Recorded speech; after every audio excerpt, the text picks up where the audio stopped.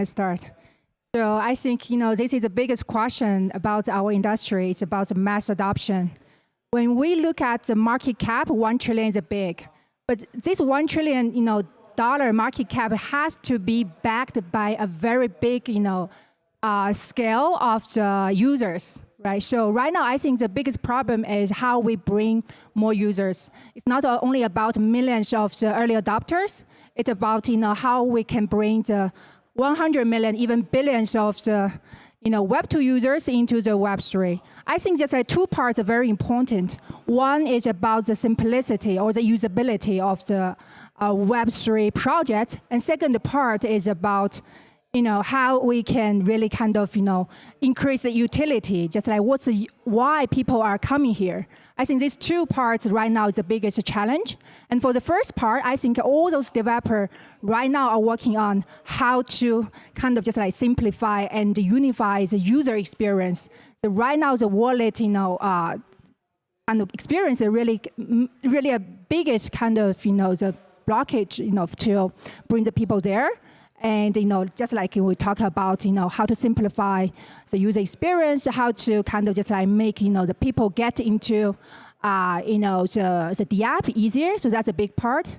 I think the second part very important. Just like if we bring them here, what we want them to do, right? So it's not only about just like asset trading or just like do some kind of purchase some NFT. It has to be more utility. And for what we are doing, right, so we connect the real world data and the devices into the Web3. So we see a lot of use cases, including sustainable, like sustainable energy, including like, how to connect your vehicle data into the Web3 and do the monetization. And you can be part of the, users to do the contribution and earn the, kind of the incentives. All type of the more tangible utility will bring the adoption. Yeah, I would agree with a lot of what you said, especially hitting on the utility aspect. I think in the good thing about the bear market is everybody is focused and forced to focus on actual utility. And I think that's kind of what we're seeing in gaming. It's just easy to explain to Web2 users. And obviously, Vitalik has spoken about this for a very long time, about being able to take assets from game to game. And that's just the easiest use case to explain to folks. But I think where we need to focus on is making UX, UI improved. We're actually seeing, I think, one of the few successes of onboarding large groups of Web2 users was so rare. So I think that kind of showed that you can gamify experiences. And actually, they're one of the few kind of growing MAU, even throughout the bear market. So that is probably my favorite use case of actually providing both fun, UX, UI. Most folks don't even know that it's kind of on chain. And I think that may be kind of the magic move while we're onboarding a lot more users. Yeah, I'd love to. I think a lot of what you said completely makes sense. And I think abstracting away the sort of wallet layer, using sort of multi-factor authentication, using like your phone number and your email, instead of having someone manage a bunch of words, would go a long way as well. I think sort of overcoming the security and UI UX issues with using wallets as well, I think is the major sort of roadblock. I think account abstraction, MPC wallets, those are really good steps towards engaging sort of the solutions that we need. Yeah, so this problem has been discussed like a long time ago, 3 or 4 years ago, right? We are talking about like scalability of the blockchain and the usability and also interchain operability. So it looks like all these problems has been well dealt with, and we now see like blockchain has been can process like thousands of transactions per second, and also we do see like transaction fees got reduced a lot. So I feel like the next phase will be as all those panelists said, right? We try to increase the usability, and I'm going to do. I'm seeing like more and more applications on the developers to design more data intensive applications on top of blockchain. So that's what also we are going to focus on in the next stage. Absolutely, absolutely. This leads to the next question. There are many significant improvements over Web 2 that Web 3 technologies like dApps and DeFi bring, such as greater security, privacy, and the right to transact. how does Web3 communicate these advantages to win the hearts and minds of Web2 users that would otherwise not care about the space? I think for sort of the crowd we're in, mostly America, given that we have such good institutions and such good sort of financial tooling, it's pretty hard to sell at.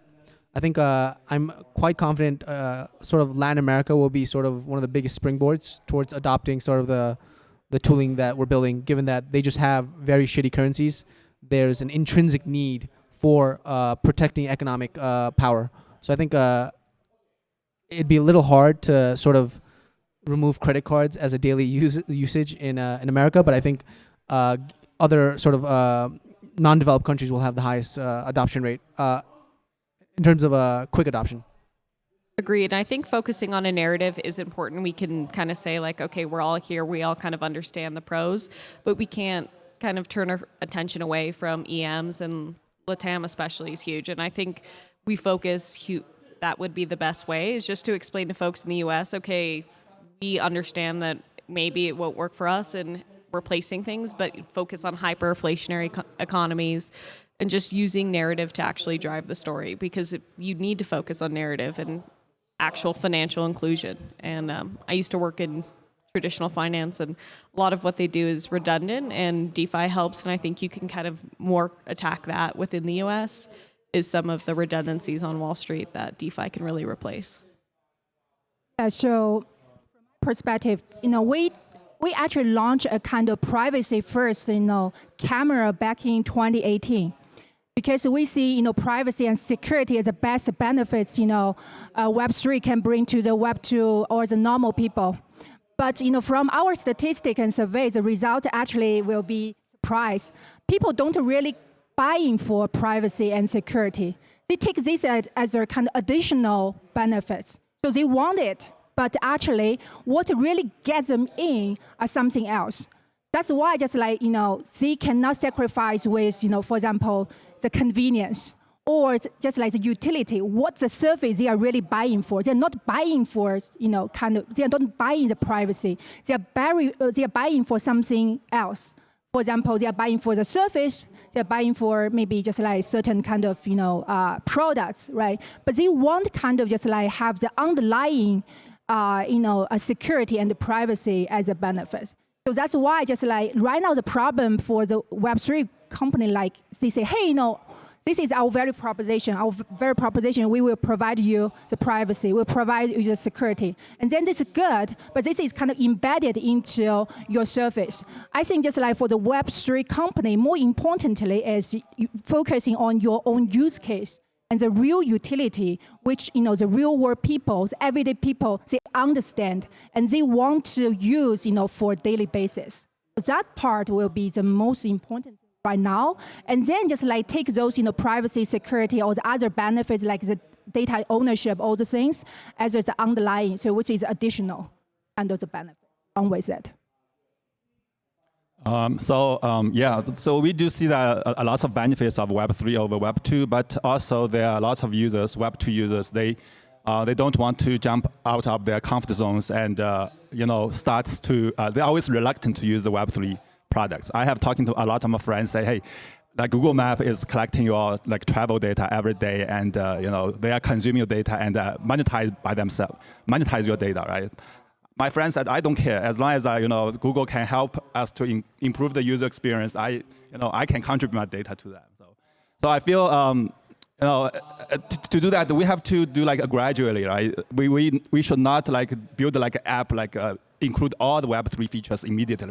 Make those people like a sudden shift. We have to like put like Web3 features like one by one, and try to not disalienate those users who doesn't quite zero knowledge on Web3 and cryptocurrency. And also we have to build like a strong community for every Web3 project, so that try to make the make all the decisions of Web3 like more transparent, and ask the users feedback from the product, so that all the users that are going to be part of the product design, and they are going to appreciate the Web3 features in the product. Also, the partnership with the Web 2 companies, we do see like Nike and Starbucks, they start to use the Web 3 technologies, right? So partnership with the Web 2 companies is going to be to make that like the Web 3 technology has a large user base, like a penetration to the Web 2 users, so that they can appreciate all the benefits of Web 3, like privacy and security. Definitely, definitely. Crypto is all about driving narratives, and with these narratives, we really have to communicate it. With that said, how do we effectively onboard Web 2 users into Web 3?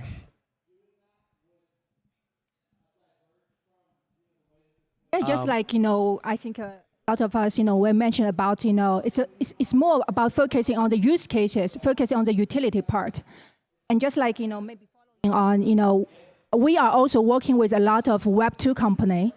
So I think just like based on our experience, the BD process will be so different from how we onboarding the Web 3 developer, which is more like a lot of the workshop and talk about the advantage of your technology, scalability, ZK, all those technology, right? But the Web 2 company, they are not buying that.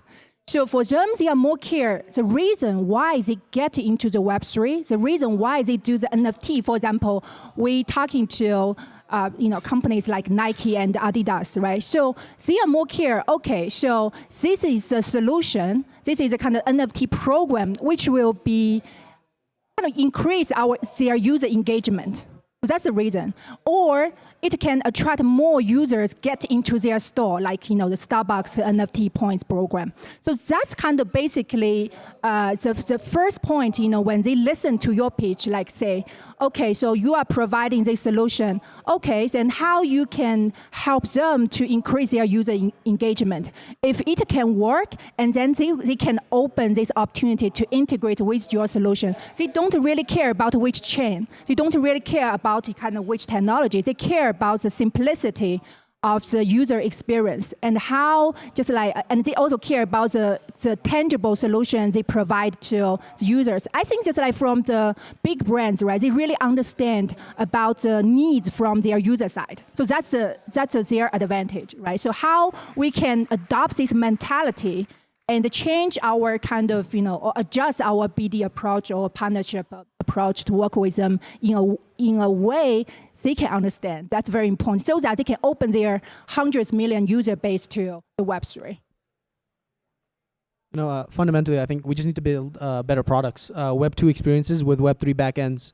I'm sure like everyone here uses MetaMask, and we've all seen that you switch to the wallet and you see this diamond for like 30 seconds and you think something broke, and then suddenly it works. Those types of experiences have to completely be optimized.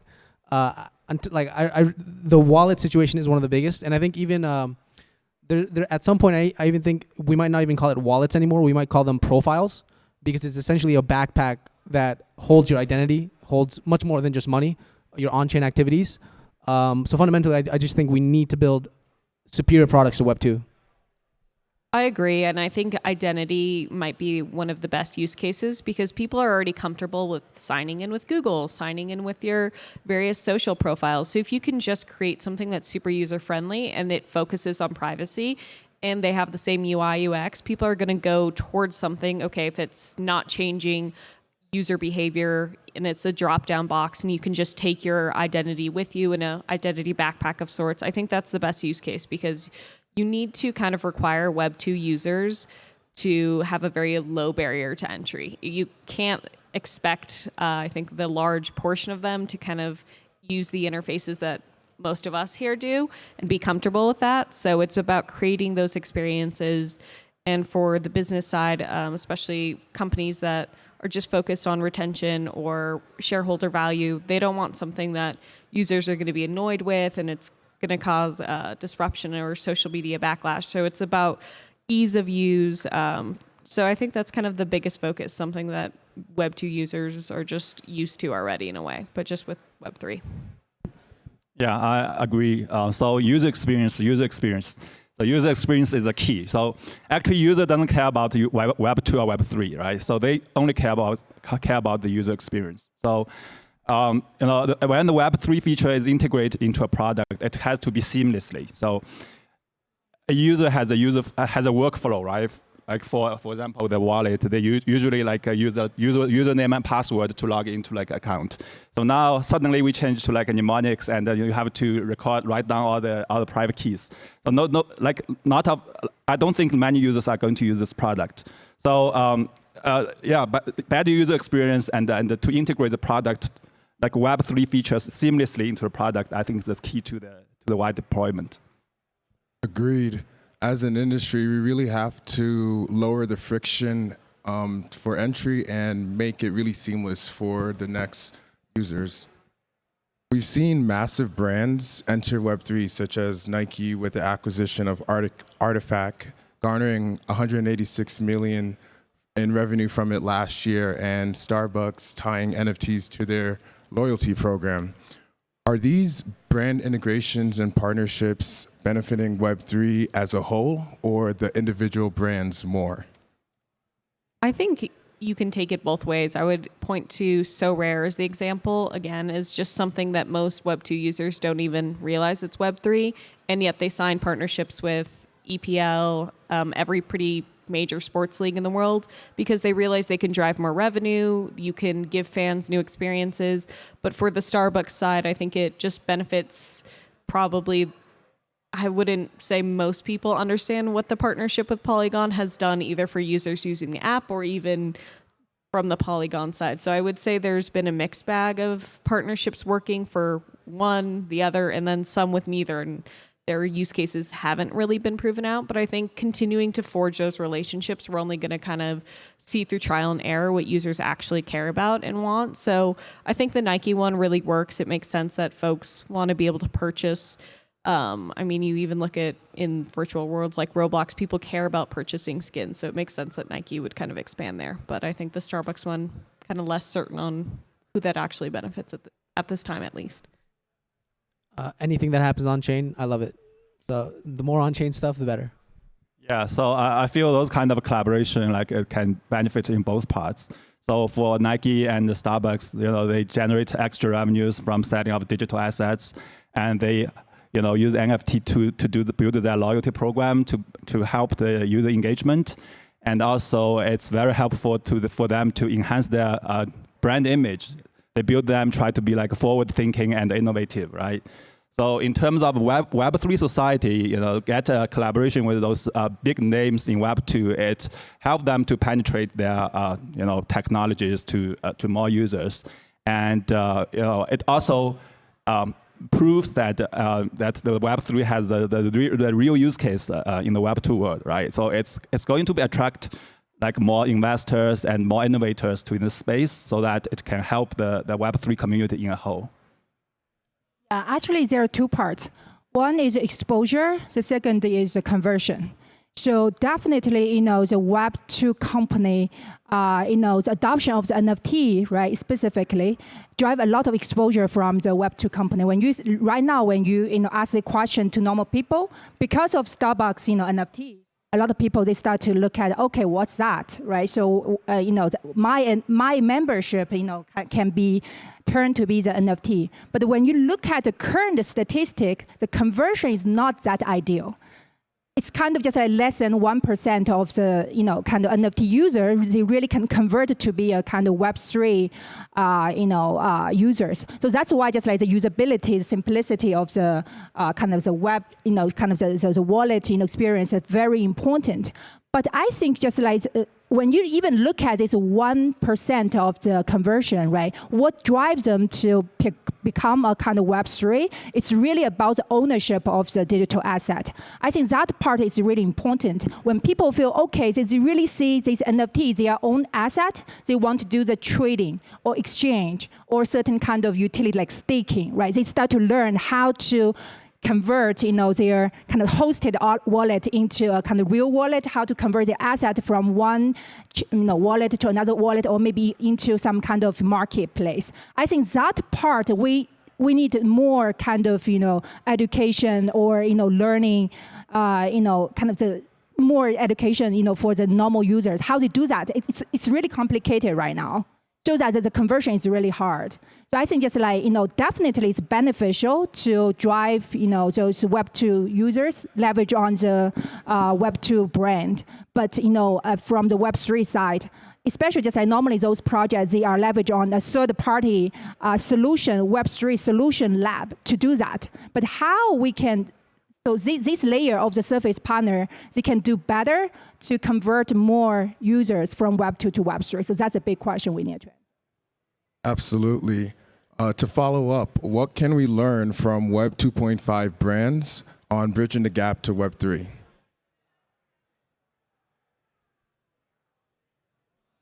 Okay, I can. So the Web 2.5 company, they really focused on first user experience. Right? So that's what Web 3 company also, when you start a Web 3 project, you have to think about like what's the user experience. So Web 2.5 is they compromise a lot of on the centralization, decentralization of like a lot of things, right, to try to have a better user experience.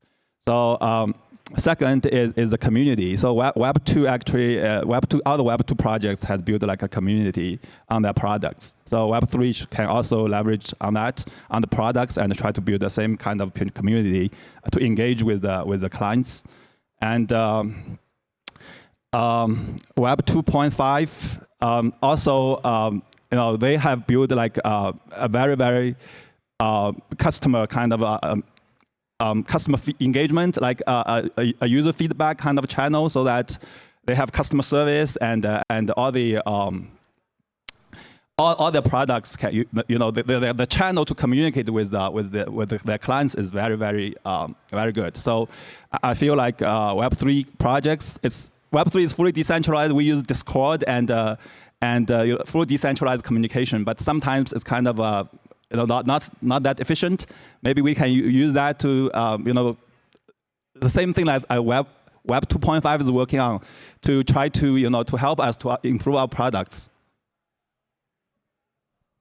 I think Web 2.5 is kind of where we're at. I think for the most part, you mentioned MetaMask. I think nothing really passes the mom test quite yet. And that's just kind of the rule of thumb for most Web 2 things. How easy is it for people to use? So I think it's kind of a reminder of how much further we have to go. And if Web3 projects can really take what works from Web2, which is community and usability, then you can actually grow retention rates for a lot of Web3 projects. So I think it's taking kind of the best of Web2 and then disregarding just the kind of things we all hate, especially the privacy aspect.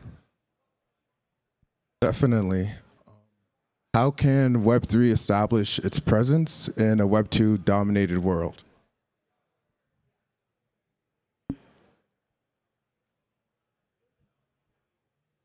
We need a killer app to drive people in. Yeah, definitely. I think just like, I think in the past kind of, I have been in this industry since 2014.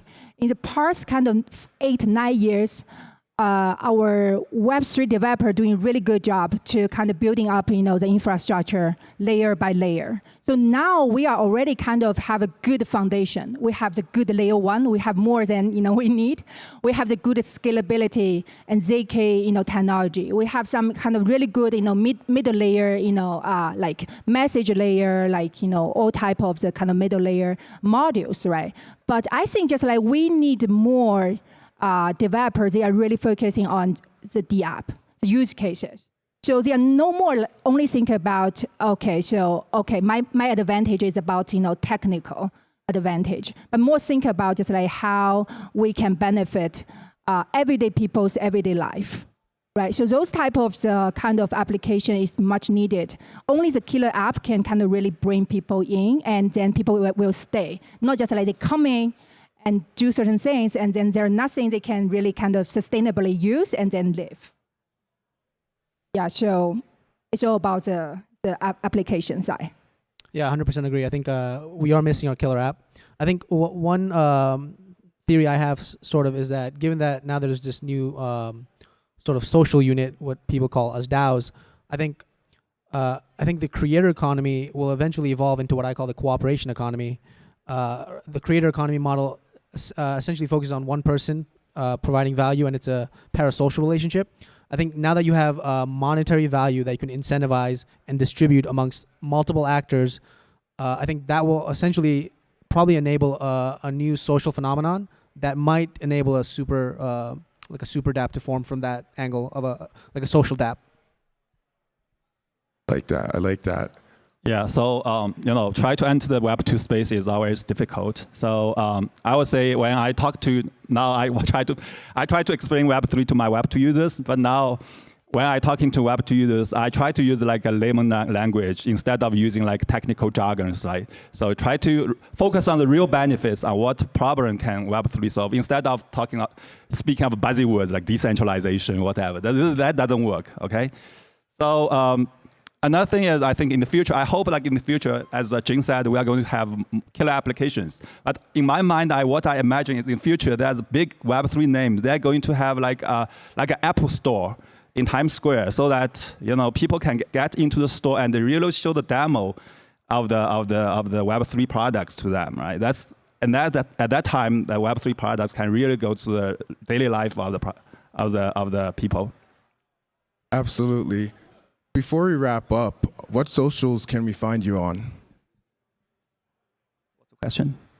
What social media can we find you on? You can find me at Twitter. My handle's my name, and also I'll be here all week. So just catch me, and we can exchange telegrams. Like I said, early stage investor. So if any of you guys want to chat more, hit me up. You can find me on Twitter, Magic of Azi, AZI. Yeah, Twitter, LinkedIn, Telegram, everything. So I'm happy to talk to everybody offline. So I get lots of time here today. So. Yeah, for me, I actually follow our official account, in the Twitter account, Iotex, IOTX.io. And also, we will host a very big event, real-world event on March 3rd, which is R3AL World. So this is the first showcase of those, real-world applications. We invited kind of over 20 real-world applications and, project hardware-related, deep-in sectors and the real-world asset sectors. They will be here to showcase just like a mini CES type of the Web3 version. So I think just like, welcome to check out our event on March 3rd at, Upper Larimer. So we have the event information on Twitter as well. If you follow us, you can see. Welcome, everyone. And I'm also will be here. If you have any question, feel free to talk to us. Thank you. And you can catch me at Caseem Ward on Twitter and LinkedIn. Thank you for tuning in.